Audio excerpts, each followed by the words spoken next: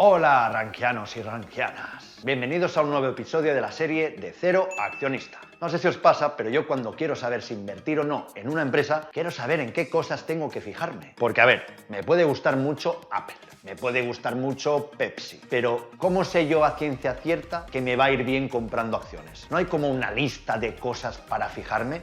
¿La hay? En el vídeo anterior invitamos a Perpe para hablarnos de sus consejos a la hora de elegir una compañía y además pudimos ver cómo se consultan los informes que presentan las empresas. Y bueno, muchos me habéis escrito agradeciendo que traiga expertos para ver cómo invierten y en qué se fijan. Vuestros deseos son órdenes. Así que en este capítulo he tenido la suerte de contar con Krevix para ver cómo analiza empresas para invertir. Krevix es analista certificado, autor de la newsletter Lever Up y toda una referencia en la inversión en el sector gaming. En su Twitter podrás ver muchísimas ideas de inversión detalladas y explicadas de manera muy sencilla. Participa en el club del Value Investing con tesis de inversión y directos y además puedes escucharle en el podcast Hablemos de Inversiones. Estuve hablando con él y aprendí muchísimo. Y atento porque luego te explico cómo conseguir la charla completa, que es una masterclass oro. Pero en este vídeo te traigo un resumen de su checklist para invertir en una empresa. No suena muy épico, ¿no? Consejos prácticos para invertir en... espera, lo tengo. 6 pasos necesarios para analizar una empresa. Me llamo Genís Benaver, llevo 5 años en Rankia y nunca, jamás he invertido directamente en acciones. Pero eso va a cambiar. Para un superhéroe, su identidad secreta es lo más importante. El anonimato les permite ayudar a los indigentes sin que nadie pueda reconocerles. Y así ha sido mi charla con Krevix. Mi superhéroe financiero mantiene su anonimato también, pero sus superpoderes de análisis funcionan de igual manera. Esto es para justificar lo de la cámara. No, si voy a poner imágenes de apoyo, va a quedar estupendo. Oye, si aún no te has suscrito a nuestro canal, hazlo.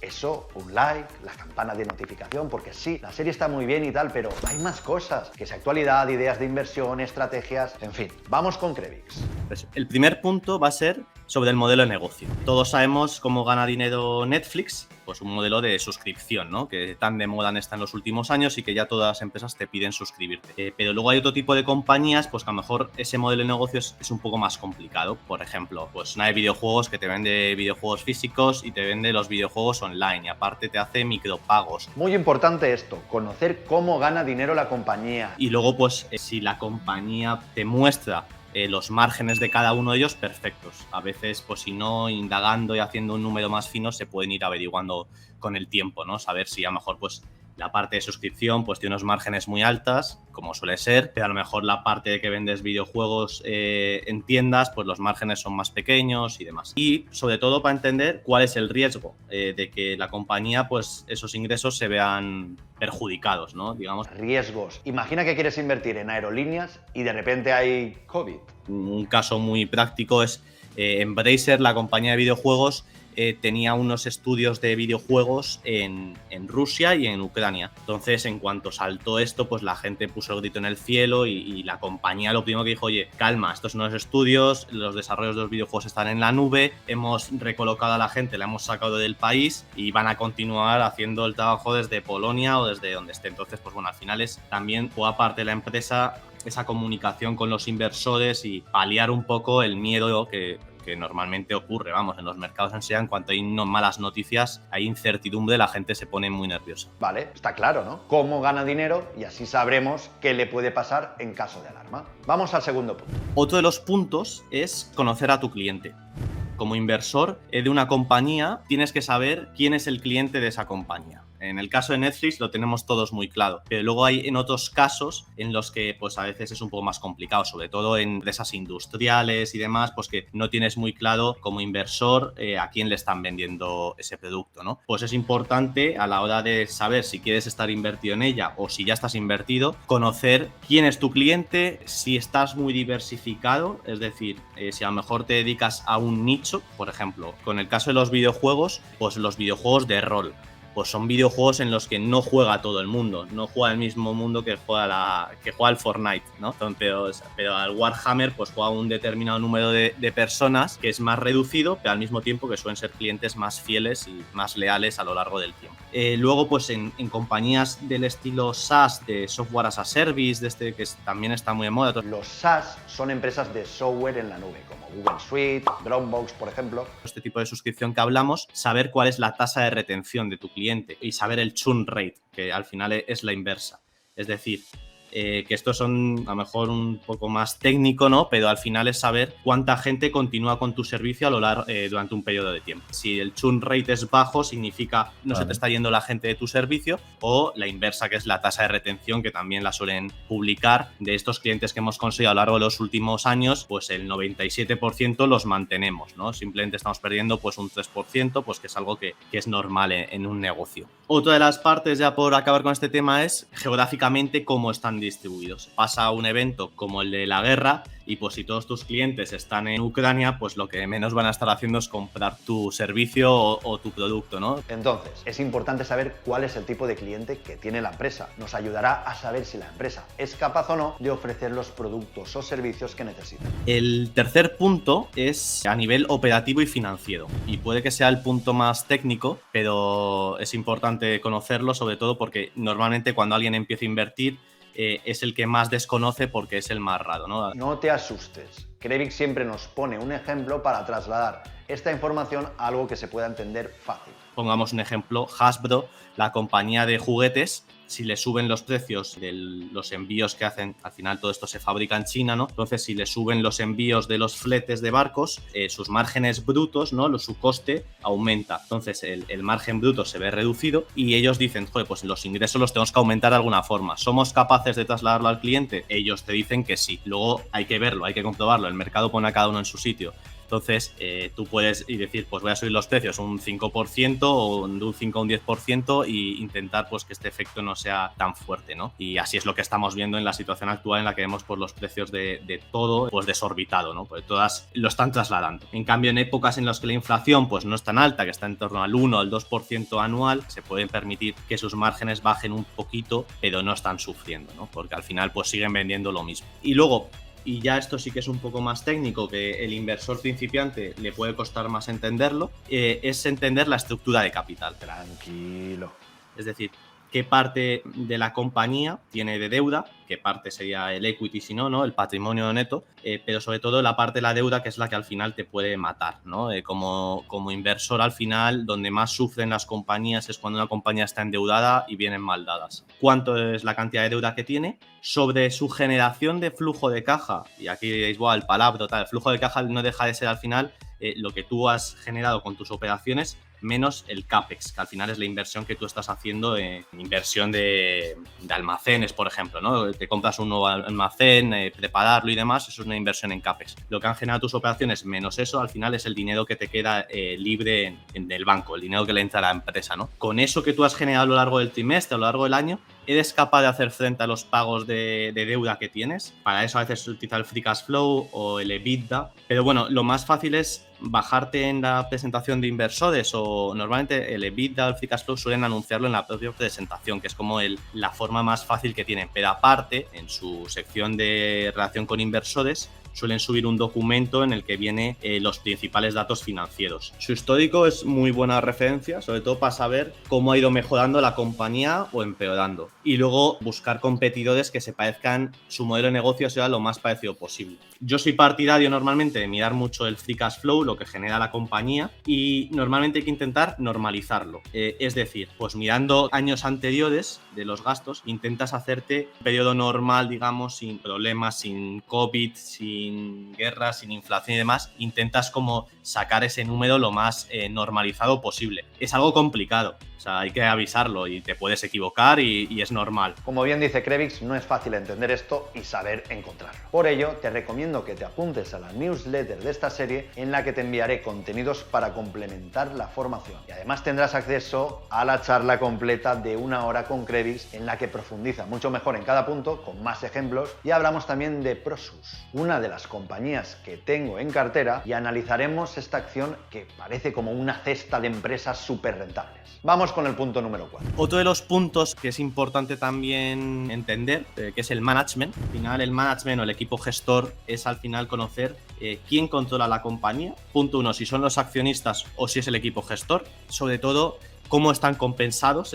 Si lo queréis ver, en Estados Unidos todas las compañías publican su compensación en el informe anual, te muestran los salarios que tienen y el bonus que recibirían, y aparte pues el salario que reciben en acciones, ¿no? En muchas ocasiones reciben en acciones. Y luego otro de los temas mucho a seguir es cuando cae la acción, se dedican a comprar acciones. Hay webs en las que se puede ver. En la propia SEC publican un informe que es el 4K, que es el que te indica si hay movimientos o cambios en las acciones de los directivos, ¿no? Si han comprado o han vendido, ellos están obligados a reportarlo a la SEC. Y luego, otro de los temas a seguir del management, si son consistentes con su plan de negocio o si van dando tumbos, ¿no? Si van cambiando de repente, oye, pues ahora hemos crecido mucho, pero vemos que por aquí no podemos crecer mucho y vamos a crecer por aquí, vamos a hacer otra línea de negocio y otra línea de negocio. Eso asusta mucho también. ¿Tiene sentido o no? Son las incertidumbres del mercado, ¿no? De si lo que están haciendo pues va a ser lo mejor para la compañía o no. Por lo tanto, importante hacer este análisis interno para saber quiénes dirigen la empresa y qué decisiones toman, si saben superar los obstáculos, su transparencia y estrategia. Del análisis interno pasamos al externo con el punto número 5.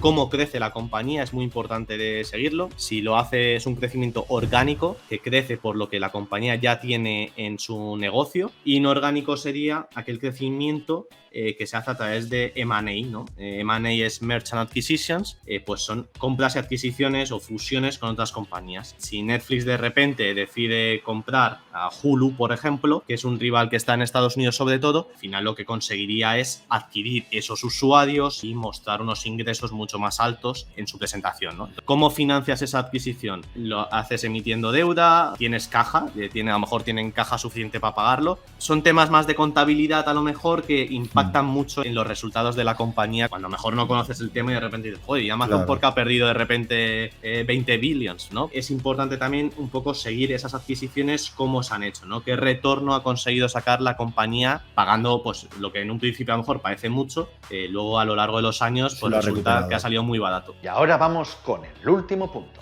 Por último, ya serían las métricas, digamos, o los KPIs que son más importantes de seguir en las compañías, pero al final para analizar hay que definir unas métricas, ¿no? En función del tipo de compañía y demás. Te voy a poner un ejemplo de algunas distintas industrias, ¿no? Pero, por ejemplo, en el sector de los videojuegos, que es un sector que me conozco bien, pues lo que se suele mirar mucho es los MAUs, los usuarios mensuales activos que tienes jugando a tus videojuegos, ¿no? En este caso, o en tu plataforma. En el caso de Activision Blizzard, por ejemplo, que es una compañía muy grande y que ahora pues la va a comprar Microsoft, parece, creadores del Call of Duty o de World of Warcraft y de videojuegos muy potentes. Pues una cosa que ellos hacen trimestralmente es decir cuáles los MAUs para cada sección de videojuegos. Ellos su compañía la dividen en 3. Activision, que lleva puesto a la parte del Call of Duty principalmente, ¿no? La parte de Blizzard, que lleva todos los videojuegos pues más de rol, más de World of Warcraft, Diablo, StarCraft y demás, todos estos juegos míticos, ¿no? de toda la vida. Y luego la parte de King, que es la división, que es el Candy Crush. Por ejemplo, ellos te indican pues cómo han ido evolucionando los usuarios activos mensualmente de la compañía que hace el videojuego, digamos. Es siempre muy importante en las compañías más o menos que tengas en cartera saber pues qué tipo de métricas, ¿no? Al final tienes que ir siguiendo y sobre todo intentar seguir todas aquellas cosas que te puedan afectar por segunda derivada. Tendencias del mercado, oye, pues se ve que se está creciendo mucho los juegos móviles en comparación con los juegos de ordenador. Pues son más baratos, son más accesibles para todo el mundo. Entonces, pues ¿cómo podemos explotar eso? Pues a través de micropagos. Y para una compañía pues como Activision o Take-Two, por ejemplo, compañías grandes que tienen grandes juegos y que cuando lanzan algo en formato móvil, mucha de la gente y muchos de los fans hacen muchos micropagos, esto hace pues que tu margen aumente mucho, ¿no? Porque desarrollar un juego así no es tan costoso, lo lanzas gratis, vas a llegar a mucha más gente y lo que vas a estar es recibiendo dinero muy recurrente normalmente a través de micropagos. Y esto se ha visto en casos móviles, ¿no? Pero también se ha visto en juegos como Fortnite o el Call of Duty. Lanzó el Call of Duty Warzone y lo sacó gratuito, ¿no? Y el dinero que generaba, llegó a generar más dinero el Warzone que el propio Call of Duty que habían lanzado, ¿no? El AAA. Vamos a entrar en harina con algunas formulitas que sé que a muchos os encantan. y como siempre veremos de dónde sacarlas sin necesidad de calcular. ¡Buah! Y no sé, luego hay cosas que se pueden mirar también, que deben de mirarse, que a lo mejor es el ROCE, por ejemplo, que es un ratio que te mide el retorno que obtiene la compañía sobre el capital empleado. Y esto es una fórmula muy sencilla. La forma más sencilla es hacer el EBIT. El EBIT nos indica si una empresa es rentable. Te recuerdo que en el episodio 8 expliqué el EBITDA. El EBIT es similar pero sin quitar amortizaciones y depreciaciones. Entre el activo de la compañía, que se puede sacar del balance, muy sencillo, activo total, menos el pasivo corriente, ¿vale? Eso también lo sacas del balance, es una métrica que normalmente también, si la buscas por internet, si pones directamente el ROCE y el nombre de la compañía, te va a salir, es muy, muy sencillo de encontrar, y al final lo que te está midiendo es qué retorno está logrando, qué beneficios consigue la compañía empleando el capital, ¿no? También son buenos, pues a lo mejor te va a salir un porcentaje en torno a un 15%, ¿no? A lo mejor puede ser el de Activision, puede ser un 15, un 16%. Ver si ese roce a lo largo de los años ha ido mejorando significa que el equipo gestor está haciendo las cosas bien, ¿no? Está generando un mayor retorno con a lo mejor el mismo capital o un capital que a lo mejor ha aumentado también el que se está empleando, pero tu retorno está siendo mucho más mayor por un mismo capital. Son métricas que te dejo así para que todos los oyentes al final conozcan cosas que hay que seguir en una compañía. Normalmente las compañías todo esto lo comunican, ¿no? Los ratios más importantes o las métricas más importantes las suelen comunicar. Si os miráis la última presentación de JP Morgan o de Morgan Stanley y demás, todos te van a poner cuáles son sus ROE, su rendimiento sobre el equity o su ROCE o los activos bajo gestión de su unidad de gestora y demás, o las comisiones que han cobrado en operaciones de banca de inversión. Además, todo eso lo suelen informar y son muy importantes a la hora de analizar una compañía, hacer ese seguimiento de cómo va evolucionando todo eso. Estos son un poco los 6 puntos en los que nos recomienda fijarnos Krevix. Vamos con las conclusiones finales. Es importante esas cosas, leérselas, intentar abstraerse lo máximo y no pensar que te encanta la compañía, sino, oye, a ver esta compañía, las cosas malas, las cosas buenas, los pongo en la balanza. Todas las compañías tienen riesgo, ya os aviso, y hay 1000 cosas que te pueden explotar, pero al final, si las cosas buenas compensan a las malas y los riesgos de las malas no van a provocarte que la compañía te quiebre ni cosas así, ¿no? Normalmente te va a compensar más las cosas buenas que las cosas malas. Entonces, pues bueno, es un trabajo que cada inversor tiene con todo lo que está comentando, el checklist de cosas y preguntas que hay que intentar hacerse, que todo inversor se haga, esté invertido o no esté invertido y vaya a comenzar a invertir. Tampoco digo que si vas a comprarte tu primera acción te pongas a llamar al management a hacer un análisis aquí de 100 hojas, sí. Pero sí que es verdad que al menos tengas más o menos los principales checks un poco de conocer al management,